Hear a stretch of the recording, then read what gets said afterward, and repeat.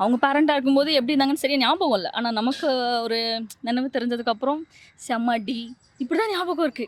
எதனா ஒண்ணு பண்ணிட்டாலே, ஐய்யய்யோ! ஏதாவது ஆயிடுமோன்னு ஒரு பயம் இருக்கும். இப்பவும் அப்படிதான் இருக்கு. ஐய்யய்யோ! இதுங்க ஏதாவது பண்ணிடுமோ அப்படின்ற பயம் தான் இருக்கு. இப்போ இன்னொரு இது என்ன ஆயிடுச்சுன்னா, அவங்க பேரண்டா இருக்கும்போது அவங்களுக்கு இருந்த ஃப்ரீடம், அவங்களுக்கு இருந்த இது அடிச்சாலும் இது பண்ணாலும் பெருசா யாரும் அவங்கள எதுவும் பண்ண மாட்டாங்க. இப்போ நம்ம கைய ஓங்குறதுக்குள்ள வந்துடுறாங்க. பேர புள்ளைய அடிக்காதன்னு. எங்களெல்லாம் அந்த சாத்து சாத்துனீங்களே! அதெல்லாம் தெரியலையான்னா, பேர பிள்ளைங்கள இப்போ தொட்டுறக்கூடாது.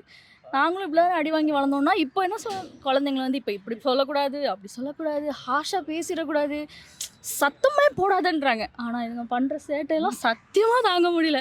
இதோ இப்போ பாருங்க சாப்பாடு ஒரு டப்பா சோற வச்சுட்டு நானும் இந்த பார்க் ஃபுல்லா சுத்துறேன். அவர் இஷ்டத்துக்கு தான் எல்லாம் பண்ணணும். அவங்க இதுக்கு தான். எல்லாமே கியூட்டா இருக்கு. டிஃப்ரென்ஸ்னா நம்ம வந்து ஃபஸ்ட்டு அப்போலாம் கேட்டுப்போம். கொஞ்சம் பயம் இருந்துச்சு. ஓகே.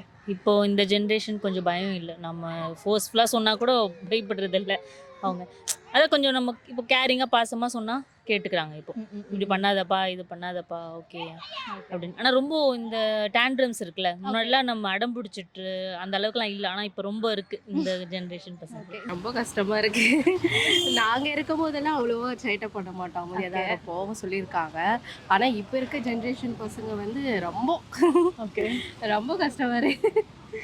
ஆனா எப்படி சொல்றது? ஒரு ஹாப்பி தான்.